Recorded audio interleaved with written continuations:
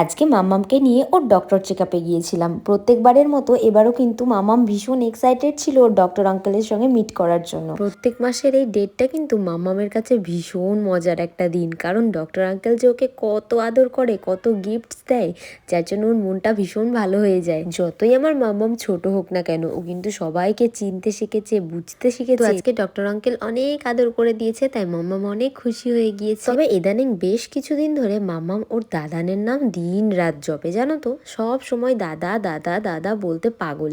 তাই আর কি, দাদার দোকানে নিয়ে চলে গেলাম মাম্মামকে। সব সময় তো ভিডিও কলিং এ কথা হয়, তবে অনেক দিন পর সামনে থেকে দেখে মাম্মামও হতভম্ব হয়ে গিয়েছে, পুরো অবাক দৃষ্টিতে দেখছে আমি এটা কোথায় এলাম। তবে দাদানকে কিন্তু ভীষণ পছন্দ ওর, সবাইকে ফেলে দাদানের কোলে আগে ঝাঁপিয়ে পড়ে।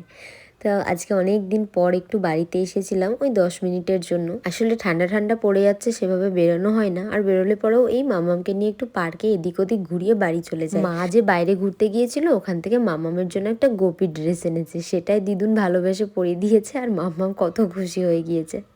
তো মা এদিকে পকোড়া করেছিল, তো চিকেন পকোড়া খেয়ে দিয়ে চলে গিয়েছিলাম আজকে বাটার নান আর তরকা নিয়ে বাড়ি। আজকে রাত্রেবেলা কিছু রান্না করতে ইচ্ছে করছিল না, তো যাওয়ার সময় মানে ডক্টরের কাছ থেকে ফেরার সময় মামামের জন্য কয়েকটা শপিং করেছিলাম শীতের, দুটো কিউট কিউট মোজা আর রাতে পরার পাতলা ফুল হাতা কয়েকটা জামা নিয়েছি। আমাদের তিনজনেরই রাতে ডিনার কমপ্লিট। জানো তো, মামাম যেহেতু এখন বুঝতে শিখেছে, তাই ওর পাপাকে আর আমাকে একসঙ্গে পেলে অনেকটা খুশি হয়ে যায়। তাই আমরা চেষ্টা করি তিনজন একসঙ্গে অনেকটা সময় কাটানো। আমরা তিনজন সারাদিনে যে সময়গুলোতে একসঙ্গে থাকি, অনেকটা আনন্দ করি, সেটা হচ্ছে আমাদের বেস্ট মোমেন্ট।